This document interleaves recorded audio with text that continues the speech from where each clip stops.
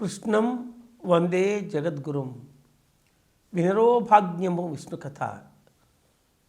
ఈ విష్ణు సహస్రనామ స్తోత్రంలోని స్వామి విభూతులన్నీ కూడా విష్ణు కథలతో సంతరించబడి ఉన్నాయి. ఈ విష్ణు సహస్రనామ స్తోత్రంలోని 74వ ఎపిసోడ్ 69వ శ్లోకానికి మనం ఇప్పుడు వేదార్థాన్ని యోగార్థాన్ని చెప్పుకుంటున్నాం. కాలనేమి నిహావిరహ శౌరి శూరజనేశ్వర త్రిలోకాత్మ త్రిలోకేశ కేశవ కేశిహ హరి. ఓ పరంధామ, వీరుడమైన నీవు శౌర్య పరాక్రమాలతో తేజరిల్లుతూ కాలనేమి అనే అసురుడిని సంహరించిన శౌరివి. సూర్యమండలంలోని కాంతిగా వ్యాపించిన ఓ కాలనేమి నిహా, ఓ కేశవ, నీవు శూరజనులను పాలించేటువంటి ఈశ్వరుడు. ఓ శూరజనేశ్వర, ఓ త్రిలోకాత్మ, త్రిలోకాలకు ఆత్మవై ముల్లోకాలను పాలించే ఓ త్రిలోకేశ, నీవు కేసి అనే అసురుని హతమార్చిన కేసిహావు. సంసార సాగరం నుండి జీవులను దాటించి విముక్తిని ప్రసాదించే నావికుడుమైన ఓ శ్రీహరి, నీకు నమస్సుమాంజలి. స్వామి శ్రీహరి శ్రీమన్నారాయణుడు మహావిష్ణువు, భక్త సులభుడు. దుష్టజనులను శిక్షించడం, శిష్టజనులను రక్షించడం స్వామి యొక్క ప్రతి అవతారంలోనూ మనకు స్పష్టంగా కనబడుతుంది. స్వామి సుగుణాల గురించి దుర్మార్గులకు బోధిస్తాడు. మంచి మార్గంలో పయనించమని వారికి హితవునిస్తాడు. ఒకసారి చెప్తాడు, 2 సార్లు చెప్తాడు, 3 సార్లు చెప్తాడు. వినలేదా? అంతే. వారిని హరించేటువంటి హరి శ్రీమన్నారాయణుడు. హరి అంటే విశుద్ధ చక్రం, శుద్ధ వాక్కు కలిగిన వారిని నారాయణుడు అంటారు. తనను తాను తెలుసుకున్నవాడు ఈ నారాయణుడైనటువంటి హరి. ఈ హరి శబ్దంలో సర్వ దుష్కర్మలను తొలగించేటువంటి విభూది ఉంది. ఆ దుష్కర్మలు తొలగించుకునేటువంటి ఏకైక మార్గం శుద్ధ వాక్కు. అయితే తమో రజోగుణ ఆధిపత్యం వహించేటువంటి వ్యక్తులు తాము ఎప్పుడు కూడా దుష్ట వాక్కుల్నే పలుకుతుంటారు. అందుకే దుర్యోధనుడికి, దుశ్శాసనునికి, కర్ణునికి, శకునికి కలిసి దుష్ట చతుష్టయం అనే పేరు వచ్చింది. వారి ఆలోచనలు, వారి మాటలు, వారి చేతలు అన్నీ కూడా తమో రజోగుణాలని ప్రస్ఫుటిస్తూ ప్రతిబింబిస్తూ ఉంటాయి. స్వామి మహావీరుడు, శౌర్య పరాక్రమాలతో తేజరిల్లేటువంటి వాడు. కాలనేమి అనేటువంటి రాక్షసుని సంహరించినటువంటి మహాకాలనేమి ఇతడు. తాను అనంతమైనటువంటి శౌర్య పరాక్రమాలతో శ్రీరాముడై తేజరిల్లాడు. పరశురాముడై విస్తృత రూపాన్ని చూపించాడు. బలరాముడై మహాబలమైనటువంటి తన యొక్క శక్తియుక్తులను గదాయుద్ధ రూపంలో ప్రదర్శించేవాడు. శ్రీకృష్ణుడై యోగ భూమిని ఏరి ఈ భూమికంతా కూడా భగవద్గీత, విష్ణు సహస్రనామ స్తోత్రం అనేటువంటి మహాకావ్యాలను ప్రసాదించినటువంటి మహనీయుడైనటువంటి ఈశ్వరుడు ఇతను. ఈ స్వామి కాలనేమి అనేటువంటి రాక్షసుని చంపినవాడు. ఈ కాలనేమి మహాక్రూరుడు, మహా దుర్మార్గుడు. అతడిని శ్రీమన్నారాయణుడు సంహరించాడు. ఆ కాలనేమి యొక్క అంశతోనే మరల దుర్యోధనుడు జన్మించాడు. దుర్యోధనుడు వారి తండ్రి అతనికి పెట్టిన పేరు సుయోధనుడు. కానీ అతడు జన్మించిన వెంటనే ఆకాశం నుంచి నిప్పుల వర్షం కురిసిందట. ఎముకలు చెల్లాచెదురై పడ్డాయిట. ఆకాశం నుంచి ఎముకలు పడడం, రక్తమాంసాలు భూమి మీదకి రాలడం, ఈ యొక్క దుష్పాతాలన్నీ గమనించిన జ్యోతిష్కులు అతడి జాతకాన్ని గణించి ఇతడు క్రూరుడవుతాడు, లోక కంటకుడవుతాడు అన్నట్టు. అందుకని సుయోధనుడు అనే పేరు గలటువంటి ఆ దుర్యోధనుడికి అతడికి దుర్యోధనుడు, దుష్ట యోచన చేసేవాడు అనేటువంటి పేరు వచ్చింది. ఇతడు పుట్టినప్పటి నుంచి కూడా పాండవులతో వైరం పెంచుకున్నవాడు. అతనికి తోడు పెద్ద తమ్ముడు దుశ్శాసనుడు. ఆ పైన వారికి స్నేహితునిగా తోడై వారితో జీవితకాలమంతా వారి దుష్ట పథకాలలో తోడున్నవాడు. ఈ ముగ్గురితో పాటు శకుని, దుర్యోధనుడి మేనమామ జీవితకాలమంతా కూడా దుష్ట యంత్రాంగాన్ని, దుష్ట మంత్రాంగాన్ని నడిపినవాడు. ఈ దుష్ట చతుష్టయమంతా కూడా ఎప్పుడు పాండవులని తుదముట్టించేటువంటి మార్గాలను వెతుకుతూ ఉండేవి.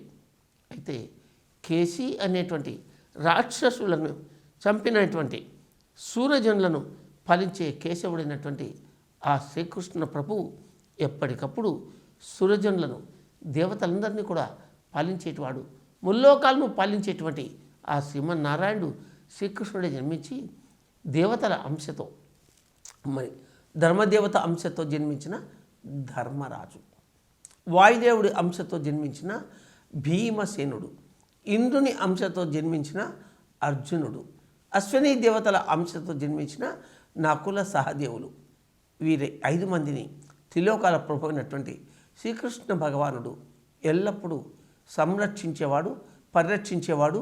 వారికి సరైనటువంటి సలహాలను, మార్గదర్శకత్వాన్ని ఎప్పుడు బోధించేవాడు. ఆ ముల్లోకాలను పాలించే త్రికేశి, త్రిలోకాత్ముడు కేశి అనే రాక్షసుని హతమార్చినటువంటి ఈ శ్రీమన్నారాయణ స్వరూపుడు సంసార సాగరం నుంచి జీవులను దాటించి విముక్తిని ప్రసాదించే నావికుడైన ఆ శ్రీహరి మహాభారత యుద్ధం కంటే ముందు ఆ యుద్ధరంగంలో అర్జునుడికి భగవద్గీతను సాకల్యంగా బోధించినవాడు. శ్రీరామ అవతారంలో శ్రీరాముడు విరాగి అయినప్పుడు యోగ వాసిష్టాన్ని వశిష్ఠుడు విశ్వామిత్రుని ప్రేరణతో బోధించాడు.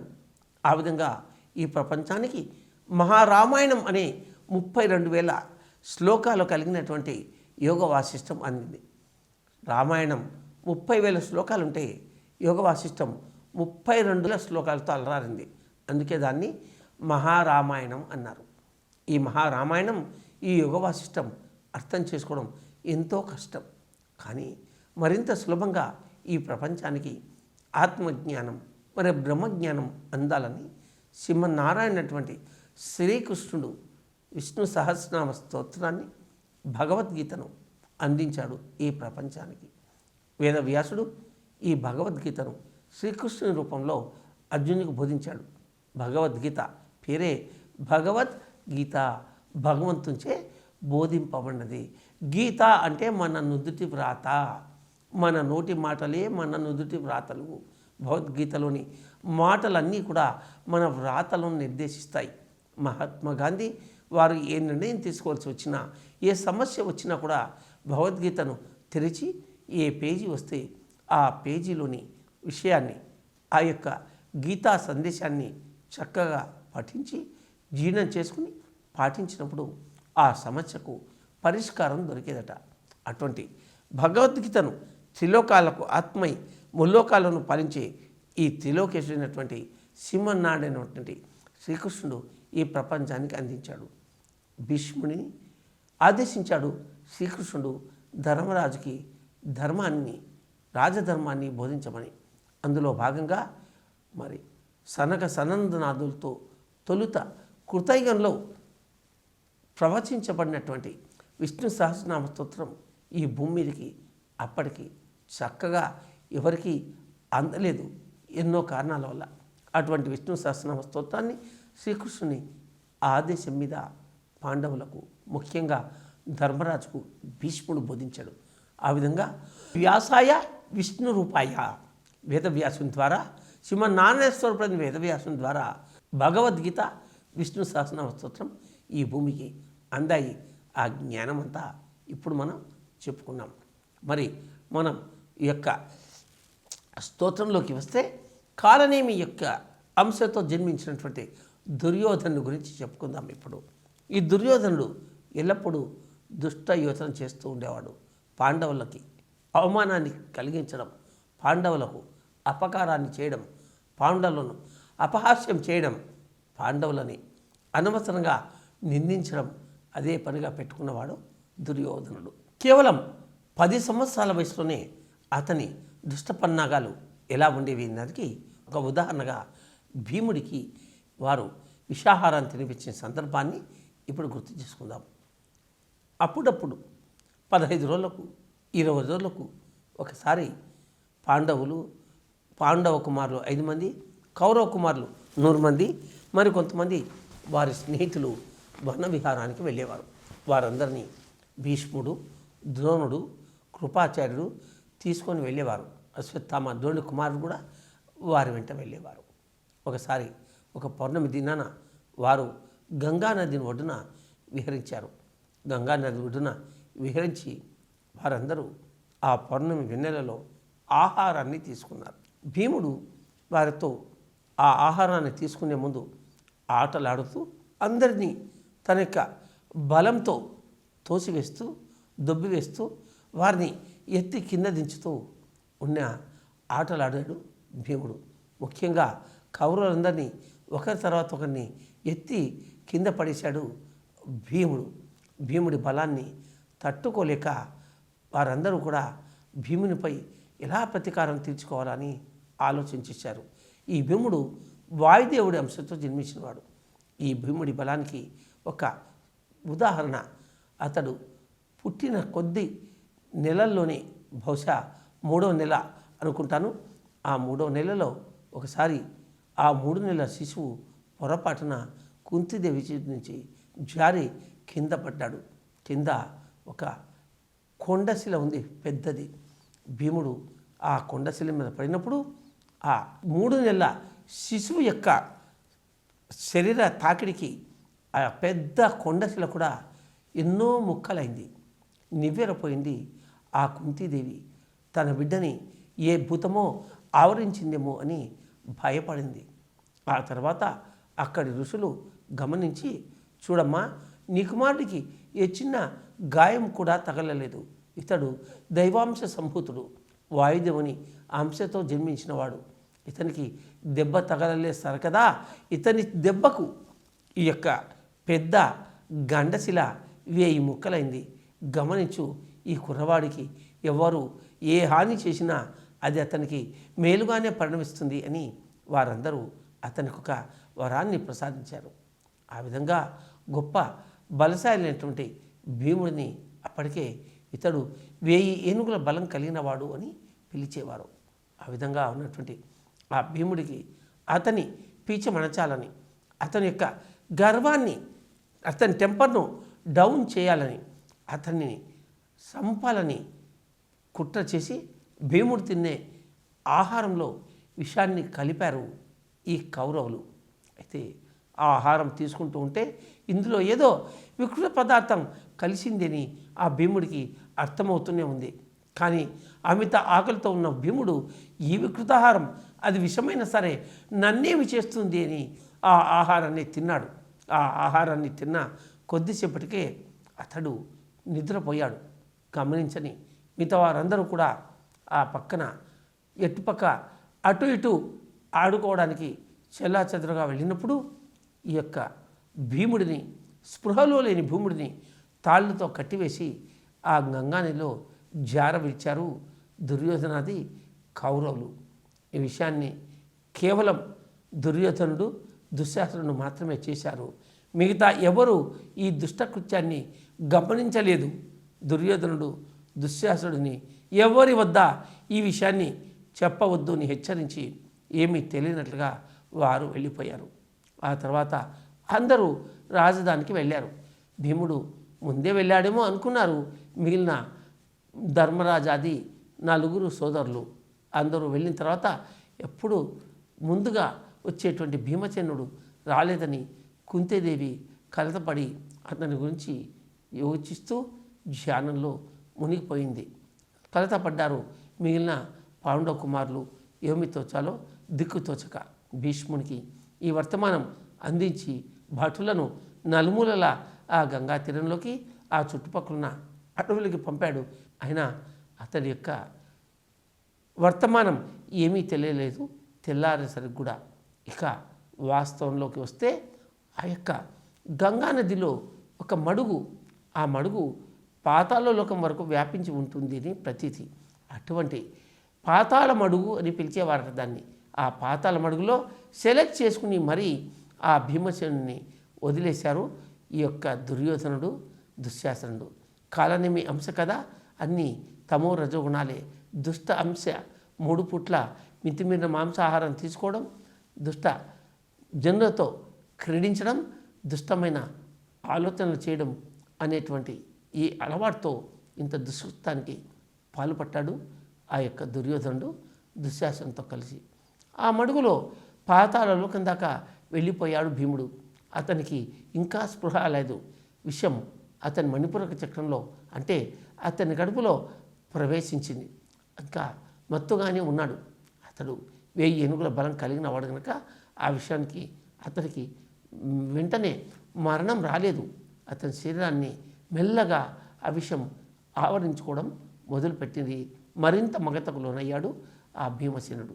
అప్పుడు ఆ యొక్క బలాఢ్యుడు 10 సంవత్సరాల వయసుకే ఎంతో బలంగా ఉండేవాడట భీమసేనుడు. చెప్పుకున్నాం కదా, 1000 ఏనుగుల బలం కలిగిన వాడు అని. అతని యొక్క బలమైన శరీరాన్ని చూసినటువంటి ఆ పాతాళ లోకం అంటే నాగుల లోకం, సర్పలోకం, అది నాగులకు నివాసం. అది నాగరాజు వాసుకి ఆ పాతాళ లోకానికి అధిపతిగా ఉన్నాడు. ఆ యొక్క నాగుల లోకానికి చేరుకుంది భీముడి శరీరం. అతడిని చూసి ఏదో ఒక పర్వతంలాగా ఉన్నటువంటి వ్యక్తి వచ్చాడు అని ఆ నాగులు అతడు తమకిక్కడ అపకారం చేస్తాడు అని అతనిని కాటు వేశాయి ఎన్నో సర్పాలు. ఆ కాలకుట విషాన్ని కలిగి ఉన్నటువంటి సర్పాల యొక్క విషం భీముని శరీరంలోకి చేరి అతని శరీరంలో ఉన్నటువంటి విష ఆహారం వల్ల సోకిన విషాన్ని విరిచివేయడం మొదలుపెట్టాయి. చూడండి, మంచి వాళ్లకు ఎప్పుడు మంచే జరుగుతుంది. ఆల్రెడీ మునులు ఇతడికి ఎవరైనా నీకు కీడు చేస్తే కూడా అది మేలుగా పరిమళిస్తుంది అని చెప్పాడు కదా. ఆ యొక్క కీడు చేశారు దుర్యోధనుడు, దుశ్శాసనుడు. ఈ యొక్క పాతాళలోకపు సర్పాల కాలకూట విషం భీముని శరణలోంచి విషాన్ని పరిహరించడం మొదలుపెడుతుంది. కొద్ది కొద్దిగా స్పృహలోకి వచ్చినటువంటి భీముడు తన చుట్టూ తన శరీరాన్ని తాకుతూ తనకు స్పర్శను కలిగిస్తున్నటువంటి ఆ పాముల స్పర్శకు చిక్కాకు కలిగిన వాడై ఒక్కొక్క పామును విసిరి కొట్టడం, ఒక్కొక్క పామును 2 చేతులతో విరిచివేయడం మొదలుపెట్టాడు. అప్పుడు కొన్ని వందల పాములు అతనితో గాయపడ్డాయి, విరిచివేయబడ్డాయి, సంహరింపబడ్డాయి. ఇదంతా చూసి భయపడినటువంటి మిగిలిన నాగకుమారులు వారి రాజు వాసుకి పోయి విషయాన్ని తెలియజేశారు. భూమి నుంచి ఒక మహాకాయుడైనటువంటి బాలుడు మన లోకానికి వచ్చాడు. అతనికి ఇప్పుడిప్పుడే స్పృహ వస్తుంది. భయపడి కొంతమంది నాగులు అతని శరీరాన్ని కాటు వేసినా అతనికి స్పృహ వచ్చింది తప్ప ఆ విషయంతో ఏమీ అపకారం జరగలేదు. చూస్తే అతడు మీరు జోక్యం చేసుకోకపోతే నాగలోకానికి అపకారిగా పరిణమించేట్టున్నాడు. స్పృహలో లేకుంటేనే, పూర్తిగా స్పృహలో రాని పరిస్థితుల్లోనే వందల మంది సర్పాలను చంపినవాడు మరి మేలుకుంటే ఏమి చేస్తాడో గమనించండి, మీరు వచ్చి చూడండి అన్నాడు. అప్పుడు ఆ వాసుకి ఆశ్చర్యచకితుడై, భూలోకంలో ఇంత శక్తి కలిగిన వాళ్ళు ఉంటారా, అందులో దాదాపు 10-11 సంవత్సరాల బాలుడు కూడా అని వచ్చాడు. అతని వెంట అతనికి దాదాపు మంత్రి లాంటి ఒక వృద్ధుడు ఆర్యకుడు అనే సర్పరాజు ఉన్నాడు. అతడు కూడా వచ్చాడు ఆ వాసుకి వెంట. పరివార సమేతంగా వచ్చినటువంటి వాసుకి ఆ భీమసేను యొక్క శరీరాన్ని చూసి అతనిలోంచి విషం కొద్ది కొద్దిగా విరుడుగా మారుతూ ఉన్నటువంటి వైనాన్ని తన దివ్యదృష్టితో చూసినటువంటి ఆ వాసుకి ఆశ్చర్యం పొందాడు. అప్పుడు ఆ ఆర్యకుడనే ఉద్ద సర్పరాజు అన్నాడు, ఇతడు మనకు బంధువు అవుతాడు. ఓ వాసుకి, ఇతని తల్లి కుంతీదేవి యొక్క మేనత్త యొక్క తల్లి నా కుమార్తె. ఆ విధంగా ఇతడు నాకు మునిమనుమడు అవుతాడు. ఇతడు భూలోకంలో పేరుగాంచినటువంటి పాండురాజు యొక్క కుంతీదేవి యొక్క 2వ కుమారుడు, వాయుదేవుని అంశతో జన్మించినవాడు కనుకనే ఇతడు మన లోకానికి సశరీరంగా రాగలిగాడు, ఇంకా ప్రాణాలతో ఉన్నాడు. కనుక ఇతనికి మనం తప్పక మేలు చేయాలి. ఇతడు ఈ భూలోకంలో ఎంతో గొప్ప పేరు పొందుతాడు కనుక ఇతని యొక్క శరీరంలోని విషయాన్ని మనం పూర్తిగా నిర్వీర్యం చేసి అతనికి ఔషధం ఇచ్చి అతడిని 1,00,000 ఏనుగుల బలం కలిగినటువంటి వాడిగా మనం తయారు చేయాలి అని ఆ ఆర్యకుడు అన్నాడు. అప్పుడు వాసుకి తన దివ్యదృష్టితో పాండవ వంశాన్ని గుర్తు చేసుకుని కుంతీదేవి శ్రీకృష్ణుని మేనత్త అని తెలుసుకుని అతనికి సహాయం చేయాలి అనుకున్నాడు. వారిలో అమృతంతో సమానమైనటువంటి ఒక ఔషధం ఉంది. ఆర్యకుని సలహా మీద ఆ అమృతంతో సమానమైనటువంటి 100 కుండల ఔషధాన్ని, అమృత ఔషధాన్ని అక్కడికి తీసుకొచ్చారు. భీముడిని సశరీరంగా అతడు సగం స్పృహలో ఉన్నాడు, సగం స్పృహ తప్పి ఉన్నాడు. అటువంటి శరీరాన్ని ఆ వాసుకి యొక్క మందిరానికి చేర్చారు. అక్కడ అతనికి ఉపచర్యల వల్ల పూర్తిగా స్పృహ వచ్చింది. స్పృహ వచ్చినటువంటి ఆ భీమసేనుని ముందు ఈ అమృత ఔషధాన్ని యొక్క 100 కడవలు పెట్టారు వారు.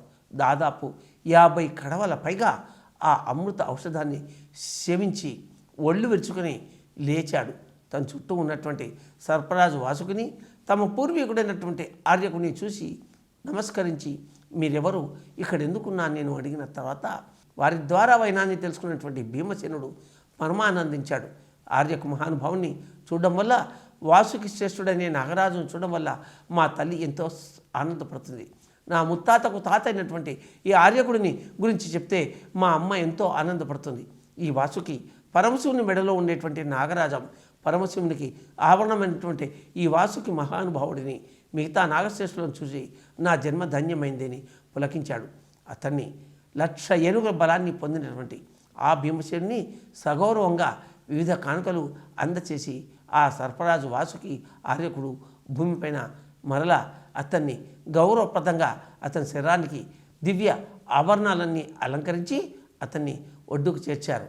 ఆ తర్వాత రాజధానికి పైనమైనటువంటి ఆ భీమసేనుడు తల్లిని చేరి ఆర్యకుడి గురించి, వాసు గురించి, తనకు 1,00,000 ఏనుగుల బలాన్ని ఇచ్చినటువంటి దివ్యాషుధాన్ని గురించి చెప్పి తరించాడు.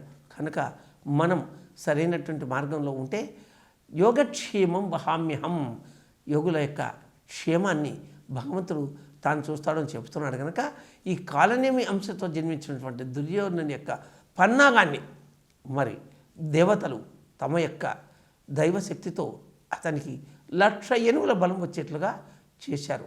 ఈ విధంగా ఎన్నో పరమాద్భుతమైనటువంటి విభూతులు మహావిష్ణువు యొక్క దివ్య తేజాన్ని, వైభవాన్ని మనకు ఎన్నో కథల రూపంలో తెలియజేస్తాయి. కేశిని అసురుని హతమార్చినటువంటి ఆ కేశవుడు సంసార సాగరం నుంచి జీవులను దాటించి విముక్తిని ప్రసాదించేటువంటి నావికుడైనటువంటి శ్రీహరి మనందరికీ మార్గదర్శి. ఆ శ్రీమన్నారాయణని పరమాద్భుతమైనటువంటి విభూతులను మనం ఈ 69వ శ్లోకంలో మరొకసారి తెలుసుకుందాం. ఇప్పుడు మనం యోగార్థాన్ని గురించి చెప్పుకుందాం. ఓ పరంధామ, కాలమే జీవితంగా భావించే యోగులు కాలంలోని ప్రతి అమూల్యమైన క్షణాన్ని సమీకరించి సచేతనమైన ధ్యాన యజ్ఞానికే వినియోగిస్తారు. విశ్వంలోని అనేక చీకటి శక్తులను, అసుర ప్రవృత్తులను నిర్వీర్యం చేసే క్రమంలో ఎన్నో జటిలమైన పరీక్షలను ఎదుర్కొంటూ అత్యంత సాహసోపేతమైన ప్రయాణాన్ని ఆత్మస్థైర్యంతో కొనసాగిస్తారు ఇటువంటి ధీర యోగులు. సమయంతో తమ సమస్తాన్ని విశ్వ కళ్యాణానికై సమర్పిస్తారు. త్రిలోక క్షేమాన్ని కాంక్షించే వీరు దైవ మానసాన్ని వరంగా పొంది సామాన్య మానవుల మధ్య సంచరించే దైవాంశ సంభూతులు. మనుష్యులలో ఉన్న పాశవిక ప్రవృత్తులను నశింపజేసి వారిలో ఆత్మ వివేకాన్ని జాగృతం చేసేటువంటి అటువంటి హరిపుత్రులకు యోగ సుమాంజలి. కాలమే జీవితంగా భావించే యోగులు కాలంలోని ప్రతి అమూల్యమైన క్షణాన్ని సమీకరించి సచేతనమైన ధ్యాన యజ్ఞానికై వినియోగిస్తారు. మనలో కాలాన్ని సంపూర్ణంగా సద్వినియోగం చేసుకోవాలనేటువంటి యోగీశ్వరుడు ఎవరైనా ఉన్నారు అంటే మనకు తెలిసిన యోగీశ్వరులో దాంట్లో ప్రథమ స్థానాన్ని మన పత్రిజీ ఆక్రమించుకుంటారు. ఆయనలాగా కాలాన్ని సంపూర్ణంగా వినియోగించినటువంటి వ్యక్తిని కాగడ వేసిపెట్టినా కనపడాడు. చరిత్రలో ఎక్కడా కాలాన్ని అంత అద్భుతంగా వినియోగించుకున్నటువంటి యోగీశ్వరుని గురించి మనం చదవలేదు. అంతటి మహాయోగీశ్వరుడు పత్రిజీ.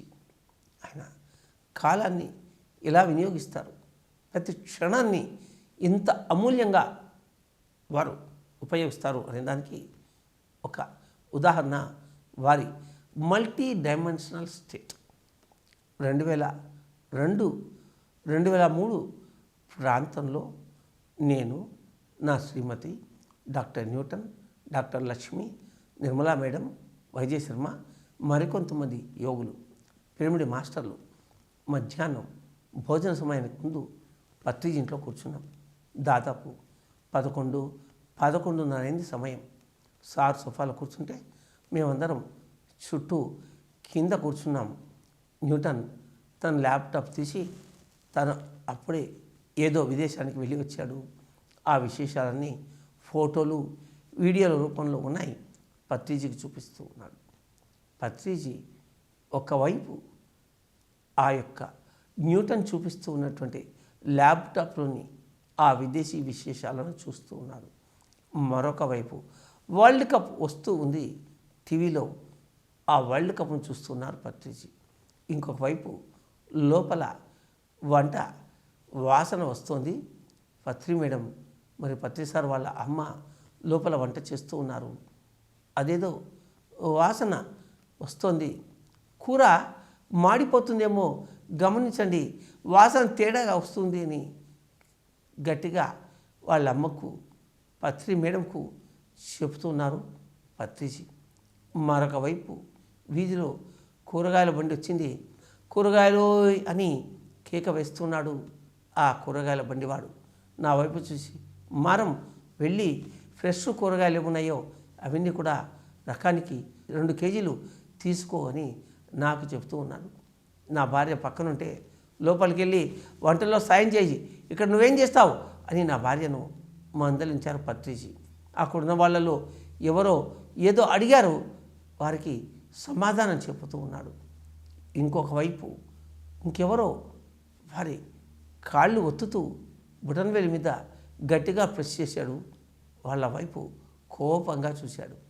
ఈ విధంగా ఒకేసారి 7-8 డైమెన్షన్స్లో వారి విశ్వరూపాన్ని ప్రదర్శించారు ఆ 10 నిమిషాల్లో పత్రిజీ. అటువంటి మల్టీ డైమెన్షనల్ స్టేట్ యోగి పత్రిజీ. ఇంద్రునికి 1000 కళ్ళు. పత్రిజీ ప్రతిదీ తన 3వ కంటితో చూస్తారు. ఆయన 3వ కంటితో ఈ యొక్క భూత భవిష్యత్ వర్తమానాలు చూస్తారు. ఆయన 4వ కన్ను ఆయన జ్ఞానం. ఆయన కాలాన్ని వినియోగించడం, వాక్కును వినియోగించడం ఆయన దగ్గరనే నేర్చుకోవాలి మనం. అటువంటి కాల స్వరూపాన్ని కలిగి ఉన్నారు పత్రిజీ. ఎటువంటి కాల స్వరూపం అంటే అతని యొక్క కాలాన్ని సంపూర్ణంగా సద్వినియోగం చేసుకుంటారు. ఎవరైతే తమ కాలాన్ని తాము సద్వినియోగం చేసుకుంటారో వారు తమ యొక్క ఆయుష్ను తమ చేతిలో ఉంచుకుంటారు. వారికి వారే కాలుడు. కాలుడు అంటే ధర్మదేవత యమధర్మరాజు, మహాకాలుడు అంటే పరమశివుడు, లయకారుడు. మన కాలానికి మనం మన చేతిలో ఉంచుకోగలిగినటువంటి శక్తి మనకు వాక్కు శక్తి వల్ల, జ్ఞాన శక్తి వల్ల, వాక్కును చక్కగా ఉపయోగించుకోవడం వల్ల, సత్వగుణంతో నిర్గుణంతో జీవిస్తూ ఉన్నప్పుడు సాధ్యమవుతుంది. వారికి ఇచ్ఛామరణం, ఇచ్ఛా జన్మం వారి స్వాధీనం అవుతుంది. అటువంటి కాలమే జీవితంగా భావించేటువంటి యోగులు కాలంలోని ప్రతి క్షణాన్ని అమూల్యంగా సమర్పించుకొని సచేతనమైనటువంటి జ్ఞాన యజ్ఞానికి వినియోగిస్తారు. మనకు 11 జ్ఞాన యజ్ఞాలు జరిగాయి. అలాగే 10 జ్ఞాన మహాచక్రాలు జరిగాయి. ఈ సంవత్సరం మరలా ఈ కర్తాల్ కైలాసపురంలో జ్ఞాన మహాచక్రం జరిగితే 11 జ్ఞాన యజ్ఞాలు, 11 జ్ఞాన మహాచక్రాలు పూర్తి అవుతాయి. ఈ యొక్క వాక్కును పదిలపరుచుకొని జాగ్రత్తగా తన వాక్కును వాడుకుంటూ 3 రోజుల ధ్యానయజ్ఞం, 7 రోజుల ధ్యానయజ్ఞం, 11 రోజుల ధ్యాన చక్రం, ఇలా దాన్ని వినియోగిస్తూ ఉంటారు పత్రిజీ. ఉదాహరణకు డిసెంబర్లో 11 రోజుల ధ్యాన మహాచక్రం జరిగింది. జనవరి 13, 14, 15 రోజుల్లో 3 రోజుల ధ్యానయజ్ఞం జరిగింది కోటాలలో, మదనపల్లె వద్ద కోటాలలో. ఈ ఫిబ్రవరి 2 నుంచి 11 రోజుల పాటు ప్రకృతి వ్యాలీలో, అరకు దగ్గర ప్రకృతి వ్యాలీలో 11 రోజుల ధ్యానయజ్ఞం జరుగుతుంది ప్రకృతి వ్యాలీలో. ఉగాదికి వశిష్ఠ గౌతమి వద్ద 7 రోజుల ధ్యానయజ్ఞం జరుగుతుంది. ఆ పైన బుద్ధ పౌర్ణిమకి 3 రోజుల ధ్యానయజ్ఞం మైత్రేయ బుద్ధ పిరమిడ్ బెంగళూరు వద్ద జరుగుతుంది. కుంభమేళాలో మహాకుంభ్ ఋషికేశ్లోనో హరిద్వార్లోనో 3 రోజుల ధ్యానయజ్ఞం జరుగుతుంది. ఆ విధంగా ప్రతి అమూల్యమైన క్షణాన్ని సమీకరించి సచేతనమైన ధ్యాన యజ్ఞానికి వినియోగిస్తారు పత్రిజీ లాంటి మహాయోగులు. విశ్వంలోని అనేక చీకటి శక్తులను అసుర ప్రవృత్తులను నిర్వీర్యం చేసేటువంటి క్రమంలో ఎన్నో జటిలమైనటువంటి పరీక్షలను ఎదుర్కొంటారు ఇటువంటి యోగీశ్వరులు. అత్యంత సాహసోపేతమైన ప్రయాణాన్ని ఆత్మస్థైర్యంతో కొనసాగిస్తారు ఇటువంటి ధీరయోగులు. ఈ ప్రపంచంలో వెలుగు శక్తులు, వెన్నెల శక్తులు ఉన్నట్లే చీకటి శక్తులు కూడా ఉంటాయి. పాజిటివ్ ఉన్న చోట నెగిటివ్ ఉంటుంది, ప్లస్ ఉన్న చోట మైనస్ ఉంటుంది. వాటిని ప్యారలల్ ఫోర్సెస్ అంటారు. Positive forces, parallel forces. మనంతా పాజిటివ్ ఫోర్స్. పిరమిడ్ మాస్టర్లందరూ ఎప్పుడు పాజిటివ్ ఫోర్స్తో ఉంటారు. చీకటి శక్తులు ప్యారలల్ ఫోర్స్తో ఉంటాయి. వారి పని కాలనేమి యొక్క అంశతో దుర్యోధనుడు కదా పాండవుల కోసం ఎప్పుడు పాండవులని అణచడం కోసం, పాండవులని నాశనం చేయడం కోసం, చంపడం కోసం ఎలా కుయుక్తులు పలుకుతూ ఉంటాడో ఆ విధంగా ఈ చీకటి శక్తులు కూడా మన యొక్క పనులని అడ్డుకోవడానికి పని చేస్తూ ఉంటాయి. వాటి పని వాటిదే, మన పని మనదే. ఉదాహరణకి అనునాకి అనేటువంటి గ్రహం నుంచి వచ్చినటువంటి కొంతమంది ఈ ప్యారలల్ ఫోర్స్ కలిగినటువంటి ఈ బ్లాక్ టీషర్ట్స్ అనేవాళ్ళు 3 లక్షల సంవత్సరాల నుంచి ఈ భూమిని కైవసం చేసుకుని 12 DNA మనుషులో ఉన్న 12 DNAను 2 DNAగా మార్చి 10 DNAను కుట్టివేశారు. వారందరూ ఈ యొక్క 2012 డిసెంబర్ 21 వరకు అత్యంత విస్తృతంగా తమ యొక్క కార్యకలాపాలను కొనసాగించారు. వారు భూమి చుట్టూ కట్టిన అజ్ఞాతమైన ఒక దడి, ఒక విశ్వ నాశనం చేసేటువంటి గోడ వారి సముఖిత శక్తితో భూమిని అంతా కూడా మనకు కనపడని ఒక స్తంభంలా నిలబడింది. అదంతా కూడా పాజిటివ్ ఫోర్సెస్ యొక్క విశ్వయోగుల యొక్క ఈ భూమిపైన ఉన్నటువంటి పత్రిజీ లాంటి యోగుల యొక్క పిరమిడ్ మాస్టర్ల యొక్క ఎన్నో ఇతర ఆధ్యాత్మిక సంస్థల యోగుల యొక్క ధ్యాన తపోశక్తి వల్ల, జ్ఞానశక్తి వల్ల ఆ యొక్క 3 లక్షల సంవత్సరాల నుంచి ఉన్నటువంటి దడి క్రమంగా విడిపోయి డిసెంబర్ 21, 2012కు పూర్తిగా విచ్చులైంది. ఆ యొక్క బ్లాక్ టీషర్ట్స్ అంతా కూడా మనలో కలిసి ఉన్నారు. వారందరినీ కూడా మనం యోగక్షేమం వహామ్యహం యదా యదా హి ధర్మస్య గ్లానిర్భవతి భారత అభ్యుత్థానమధర్మస్య తదాత్మానం సృజామ్యహం పరిత్రాణాయ సాధునాం వినాశాయ చ దుష్కృతాం ధర్మ సంస్థాపనార్థాయ సంభవామి యుగే యుగే. ఎప్పుడెప్పుడు అధర్మం పిచ్చిమీరుతుందో, ఎప్పుడెప్పుడు ధర్మానికి హాని కలుగుతుందో అప్పుడు యోగులైన వారు, యోగీశ్వరులైన వారు, పరమ గురువులైన వారు తమను తాము సృష్టించుకొని భూమికి వస్తారు.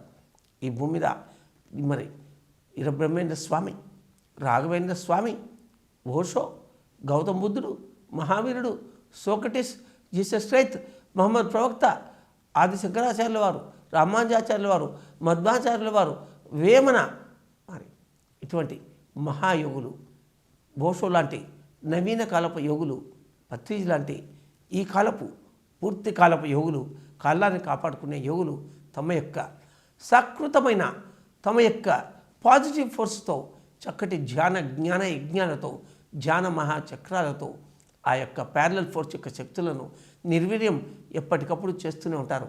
ఇప్పుడు మన సమయం, మనలో మనకే తెలియకుండా ఉన్నటువంటి ఎంతోమంది బ్లాక్ టీషర్ట్స్ ఉన్నారు. వాళ్ళందరినీ మనం ఎలా చూడాలి? పరిత్రాణాయ సాధునాం వినాశాయ చ దుష్కృతాం ధర్మ సంస్థాపనార్థాయ సంభవామి యుగే యుగే. సాధుజనులను కాపాడి దుష్టజనుల మనసులను మార్చి వారందరినీ కూడా కాలుని కాళిదాసు చేయడం, అంగుళిమాన్ని బుద్ధుడు చేయడం, ఇటువంటి కార్యక్రమంలో పిరమిడ్ మాస్టర్లు పూర్తిగా మునిగి ఉన్నారు. కనుక మనలో కలిసి ఉన్నటువంటి బ్లాక్ టీషర్ట్స్ని మనందరం సానుభూతితో, కరుణతో, దయతో, ప్రేమతో, స్నేహంతో చూస్తూ వాళ్ళలో మార్పు తీసుకోవడానికి మనం ఇంతవరకు కృషి చేశాం. ఇప్పుడు కూడా కృషి చేస్తాం. యుగాల్లోనూ ఇదే జరుగుతుంది. పిరమిడ్ మాస్టర్లంతా ఇలాంటి వాళ్ళే. అత్యంత జటిలమైన పరీక్షలను ఎదుర్కొంటూ మనమంతా సాహసోపేతమైన ఈ ఆధ్యాత్మిక ప్రయాణాన్ని ఆత్మస్థైర్యంతో కొనసాగిస్తున్నాం. మనలో ఎంతోమంది ఈ యొక్క కరోనా లాంటి మరి ఈ బ్లాక్ టీషర్ట్స్కు సంబంధించినటువంటి ఇటువంటి క్రిములను వ్యాధులను చీకటిలో ఉన్నటువంటి వ్యాధులను మనం ఆత్మస్థైర్యంతో దేహదారుఢ్యంతో ఆరోగ్యంతో రోగనిరోధక శక్తితో ఎదుర్కొంటాం. ఇందాక భీమసేను గురించి వేదాంతంలో చెప్పుకున్నాము. భీముడు తన విషయాన్ని తన యొక్క ఆత్మస్థైర్యంతో విరిచేసుకున్నట్లుగా మనము యొక్క జ్ఞానశక్తితో జ్ఞానంతో మనలోని విషపు బీజాలని మనమంతా విరిచేసుకుంటూ ముందుకు వెళ్తూ ఉంటాం. సమయంతో పాటు సమస్తాన్ని విశ్వ కళ్యాణానికే మనం ఉపయోగిస్తాం. మనలో లక్షలాది మంది, కనీసం 1,44,000 మంది ఈ యొక్క లోక కళ్యాణమే, ఆధ్యాత్మిక జీవనమే తమ మార్గంగా ఎంచుకున్నారు. త్రిలోక క్షేమాన్ని కాంక్షించేటువంటి వీరు దైవ మానసాన్ని వరంగా పొందినవారు. మానవ మానసం దైవ మానసం, మన అధిమానసం దైవ మానసం, మన అధోమానసం ఆలోచనలతో చిత్తచాల్యంతో కూడినది. మన అధిమానసం వెలుగుతో, వెన్నెలతో, కాంతితో, యోగంతో, ధ్యానంతో, జ్ఞానంతో పలకరించేది, పరవశించేది. ఇటువంటి అధిమానసాన్ని దైవ మానసం అంటారు. ఎవరైతే తమో రజో గుణాలను వదిలివేస్తారో, ఎవరైతే సత్వగుణంతోనూ శుద్ధ సత్వగుణంతోనూ ఉంటారో వారు క్రమంగా నిర్గుణ స్థాయికి వెళ్తారు. వారందరూ త్రిలోకమాక్షేమాన్ని కాంక్షిస్తూ క్రమంగా ఈ లోక కళ్యాణ కార్యక్రమంలో దైవ మానసంగా తమను తాము మలుచుకుంటారు. అటువంటి ఈ దైవమానసంగా ఉన్నవారు, దైవమానసాన్ని పొందినవారు సామాన్య మానవుల మధ్య సంచరించేటువంటి దైవాంశ సంభూతులు. అందుకే మనమంతా దేవుళ్ళం మిత్రులారా అని మనం చెప్పుకుంటూ ఉంటాం మన కార్యక్రమాల్లో. మనమంతా దేవుళ్ళం, మనమంతా దివ్యలోకాల నుంచి దిగి వచ్చిన వాళ్ళం, మనల్ని మనం మర్చిపోయాం. జ్ఞానంతో జ్ఞానంతో మనల్ని మనం తెలుసుకున్నప్పుడు మనం దైవ మనసుతో జీవించగలుగుతాం అని మనమంతా చెప్తూ ఉంటాం. అది ఇదే మనుషుల్లో ఉన్నటువంటి పాశవిక ప్రవృత్తులను నశింపజేసి వారిలో ఆత్మవివేకాన్ని జాగృతం చేస్తారు. ఇటువంటి హరిపుత్రులు కర్మలు దగ్ధం చేసుకోగలిగినటువంటి మార్గాన్ని ఈ హరిపుత్రులంతా అంటే పిరమిడ్ మాస్టర్లంతా కూడా ఎల్లప్పుడూ పాటిస్తూ ఉంటారు. మనలో ఎంతోమంది కుర్రవాళ్ళు, ఎంతోమంది పెద్దవాళ్ళు కూడా అల్లరి చిల్లరగా తిరుగుతూ ఉంటారు. అటు ఇటు ఏదేదో మాట్లాడుతుంటారు, ఎలాగో వ్యవహరిస్తుంటారు. కానీ ఒక్కసారి శాకాహార ర్యాలీకి వెళ్ళినా, స్టేజ్ ఎక్కినా వాళ్ళలోని దైవమాంసం బయటపడుతుంది.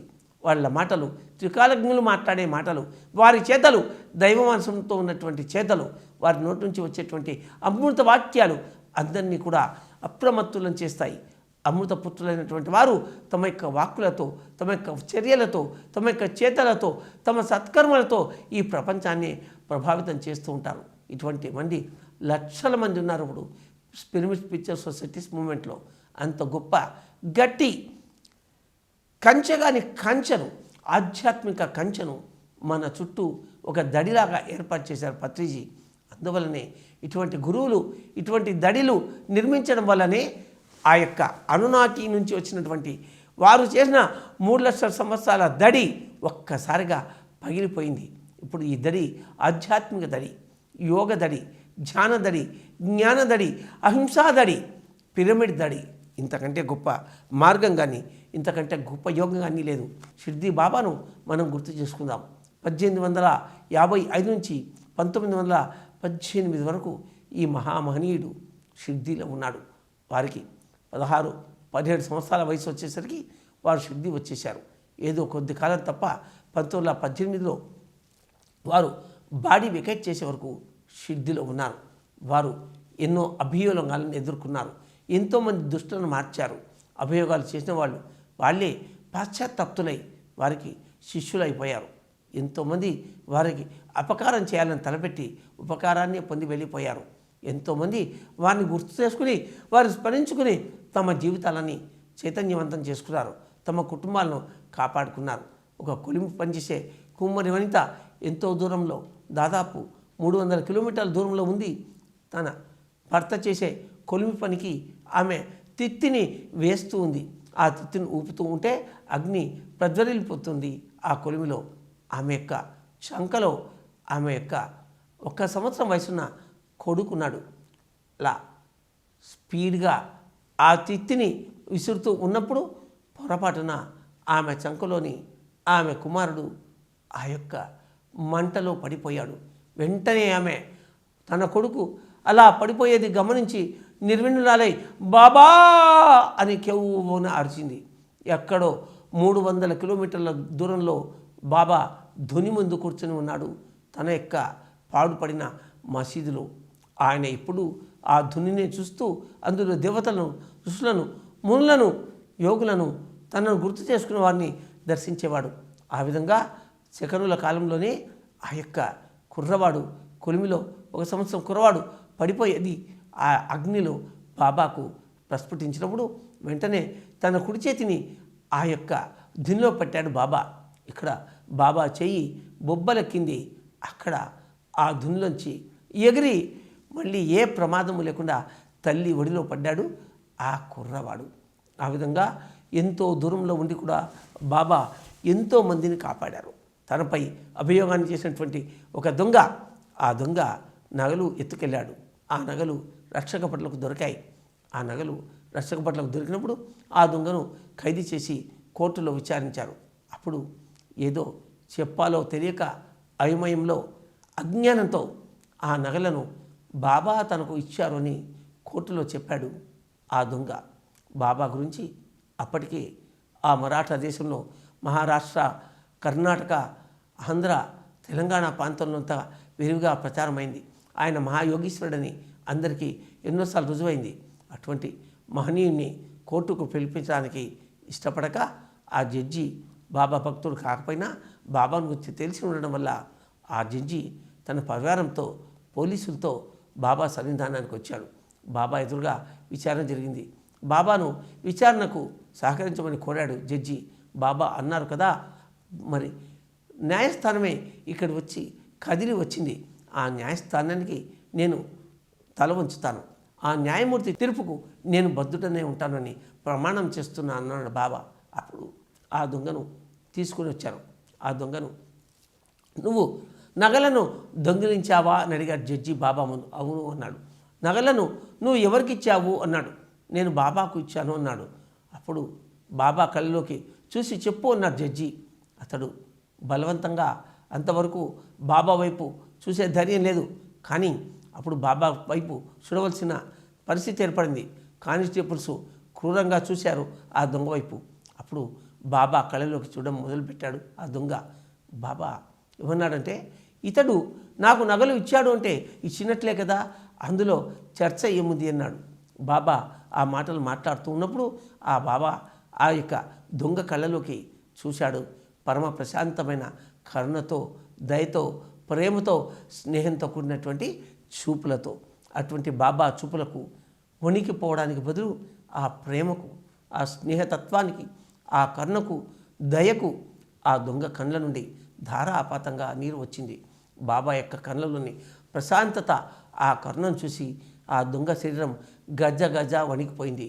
పోలీసులు తను పట్టుకుని ఉంటే విదిలించుకుని పోయి బాబా కాళ్ళ మీద పడి, బాబా నన్ను క్షమించండి, దొంగతనం ఎందుకు చేశావు, ఎలా చేశావు అని ఉన్నప్పుడు నాకు మార్గాంతరం తోచక సమయానికి మీరు గుర్తుకు వచ్చారు. దేవుడు లాంటి మీరు గుర్తుకు వస్తే మీ పేరు చెప్పినటువంటి పాపాత్ముడిని నన్ను క్షమించండి, కొరతవేమని ఈ జడ్జి గారికి చెప్పండి అని బాబా పాదాల ముందు కన్నీరు ముందుగా హృదయం ద్రవించేట్లుగా ఏడ్చాడు ఆ దొంగ. అప్పుడు బాబా అతన్ని లేవనెత్తి అక్కును చేర్చుకుని ఒకని పక్కన శిష్యుని పిలిచి అతడికి మంచినీరు ఇచ్చి ప్రశాంతంగా తాగమని చెప్పాడు. ఆ తర్వాత తన ప్రక్కన ఉన్న 2 అరటిపళ్ళను తినమన్నాడు ముందు అతన్ని. అతడు భయపడుతూనే, దుఃఖపడుతూనే, ఏడుస్తూనే ఆ మంచినీరు త్రాగి ఆ అరటిపళ్ళను తిన్నాడు.